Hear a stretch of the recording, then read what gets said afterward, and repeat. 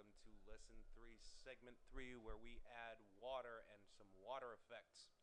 So, let's get started.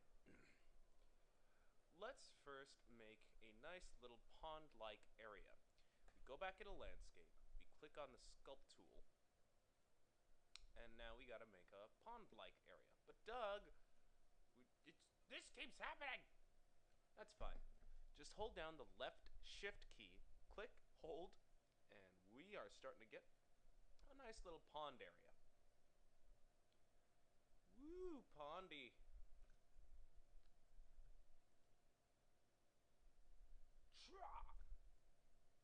And there we have a nice little pond area. Now, let's get started with actually adding a water volume. To do that, we have to go into Volumes, and we're going to look for something called Physics Volume. We click and drag that out to our scene, and I'm just going to scale this out. So that way, it's the same size of our pond, probably bigger, but then again, it'll be fine. So right there should do it. Let's move this out, and a little in, and scale you out to about there. And let's just move it in so that way the player doesn't start feeling the water effects. Now, we do want physics on contact, and we want to make this a water volume. We scroll down into our water volume, and you see where it says fluid friction? I'm just going to type in 1. It could be any number that you want. But we're not done here. See, we want, because it's not going to be blurred at all. So we're just going to Control C and Control V. That's copy paste into the same location. So we see that we have Physics Volume 1 and Physics Volume and Physics Volume 2.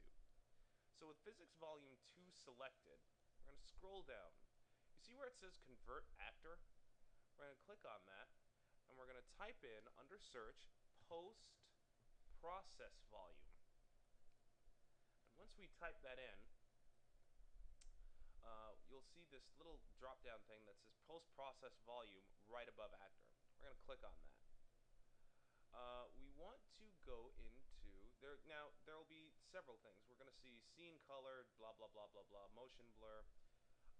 We are going to go with motion blur, and I'm just going to say the amount. I'm just going to tick these 3 to unlock them, and I'm going to say the amount is like 10, and the max is 15. And you're 10. Fine, 1. Under scene color, we're going to click, we're going to check that to unlock it. In scene color, we're just going to pick a random color. I'm just going to use blue. And you are not the same size, post-process volume. That's a bad thing. Fine, we'll scale you out then, jerk. Making me look bad in front of my friends. I see how it is. So now let's scale this on the Y. The beauty of working with 4 viewports.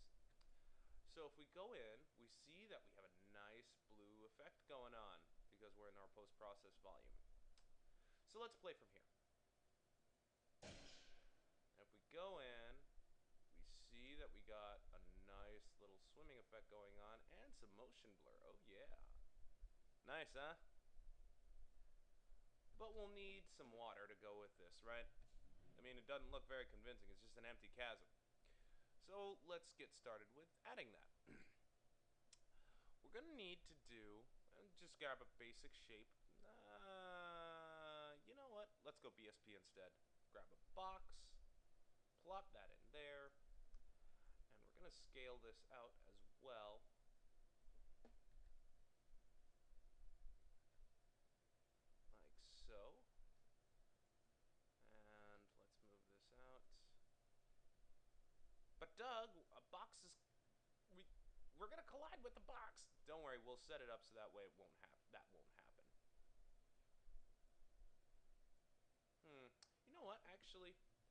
No, let's not use a box. You're absolutely right. We're going to grab a mesh. Where are you? for, you know what, cube. There we go, TM cube. I'm just going to create a copy. Where are you? Where are you? Duplicate. Control W. And what? Okay. Thanks, I guess. That was weird. Double click. I'm just going to turn off collision altogether. So let's click on this.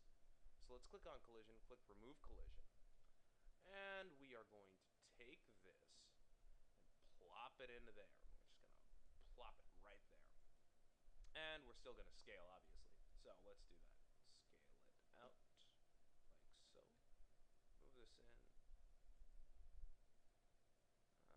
Let's do that. And now let's scale. And let's scale it as small as possible.